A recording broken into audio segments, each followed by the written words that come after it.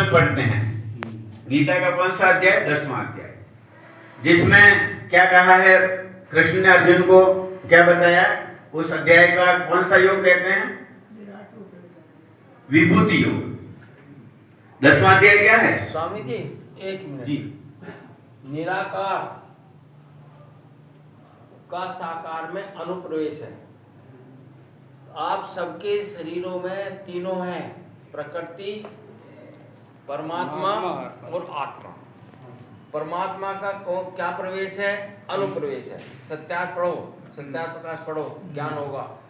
अनुप्रवेश का मतलब है कि मुख्य प्रवेश इस आत्मा का है और परमात्मा सर्वव्यापी सब जगह एक सा है। इसलिए हम परमात्मा के बारे में ओम नाम शब्द है, ओम नाम है। जैसे किसी का ओमकार हो सकता है, उसी का कुछ और हो सकता है, घर में कुछ और हो सकता है, क्लास में कुछ और हो सकता है। विभिन्न नाम परमात्मा के हैं, उसमें ओम नाम मुख्य है। ऋषि दयानंद को पढ़ो, ओम जो है मुख्य नाम है और ऋषि दयानंद ने पहले समोल्लास में ही सब नामों की व्याख्या की है, परमात्मा के 100 नामों की व्याख्या की है।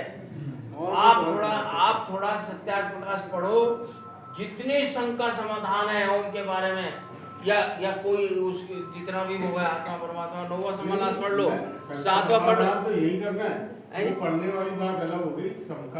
शंका समाधान ये है कि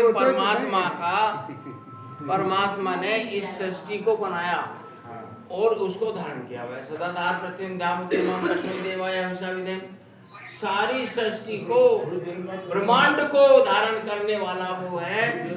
और देखो, शंका परमात्मा के उसमें मत करो, क्योंकि परमात्मा सारे ब्रह्मांड को धारण कर रहा है।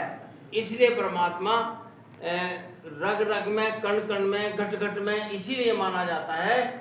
और जितने भी लोकांतर आप रात को देखते हो, सब परमात्मा सब जगह एक रस है। पहाड़ हो, समुद्र हो, लोकांतर हो, परमात्मा का रस कहीं नहीं है। अगर हम ये कहें कि परमात्मा साकार रूप लेता है तो उसको इतने बड़े साम्राज्य का मालिक है, उसको की झोपड़ी का राजा को झोपड़ी में रहता है।